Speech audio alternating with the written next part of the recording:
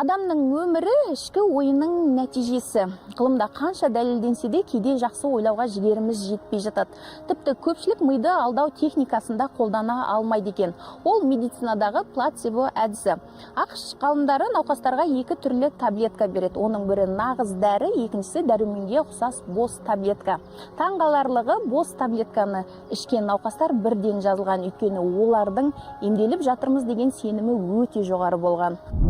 Кішкентай кезінен сондай бағдарламамен өскенде сенің қолынан ештеңе келмейді, сен не бітірдің, сен мынаны істей алмайсың дегенде үнемі күнделікті естіп жүрген сөз адамның сана сезіміне бара-бара бірдеңе бір естейді, екі естейді, үш естейді, содан кейін ол бағдарлама болып қалады.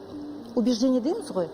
Ал енді сен немен, сенің сана сезіміңде не бар, сенің өміріңде сол болады. 17-18-ге келгенде ол бір мезетте өзгере алмайды. Ойдың күштілігіне қатысты олимпиадаға қатысатын спортшылардың арасында қызықты тәжірибе жасалады. Онда бірінші топ физикалық жаттығуларды жасап отырады. Ал екінші топ бұл жаттығуларды көзді жұмып, ми арқылы жасайды. Нәтижесінде елестету жаттығулары арқылы дайындалған спортшылардың жеңісі өте жоғары болады. Ник Вуйчич деген азаматты бәрі білетін шығар. Екі қолы, екі аяғы жоқ. Ол 3 рет өзіне өзі қол жұмсаған, 2 рет оны құтқарған, 3-ші рет уже кетіп бара жатқан кезде ол өзіне өзі сұрақ қояды. Неге менің қолы бар, аяғы бар ата-анам бар, а мені қолсыз, аяқсыз Алла жан жаратты, Құдай. Бұл өмірге, мына жерге мені не үшін жіберді? Мен адамдарға мен арқылы не айтқысы келді деп. Сонда оның айтқан сөзі екі зат, бүкіл залға. Ең бірінші, мен арқылы Құдай сіздерге мынандай мәлімет бергісі келіп тұр деді. Адамды құшақтау үшін қол керек жоқ, адамды жүрекпен құшақтау керек деді. Жүрекпен құшақтаған кезде сіз 1000 километр, 3000 километрден соны сезінесіздер. Сіздер білесіздер ма, менің жанымда сіздер қандай байсыз, бақыттысыз деді. Сол бақытты екенімізді ұмытып қалып жүрміз ғой.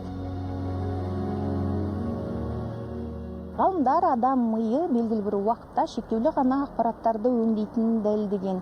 Егер адам үнемі негатив пен сыни ақпараттарды қабылдаса, ми оны маңызды деп түсінеді. Ал адам қуанып, ризашылық білдіріп, мақсаттарға жұмсаса, ми оны күшейте түседі екен. Яғни адам қандай оймен қоректенсе, сондай энергияда бөліп шығарады деген сөз. Сондықтан қандай жағдай болмасын, миды алдау техникасын үнемі қолданыңыздар. Бақыт деген ішкі дүниенің әсері. Ол сыртқы дүниеден келетін дүние емес. Ал енді сол ішкі сезімде адам бақытты болған кезде сыртқы күштер, ақша, танымалдық өзімен өзі келеді екен.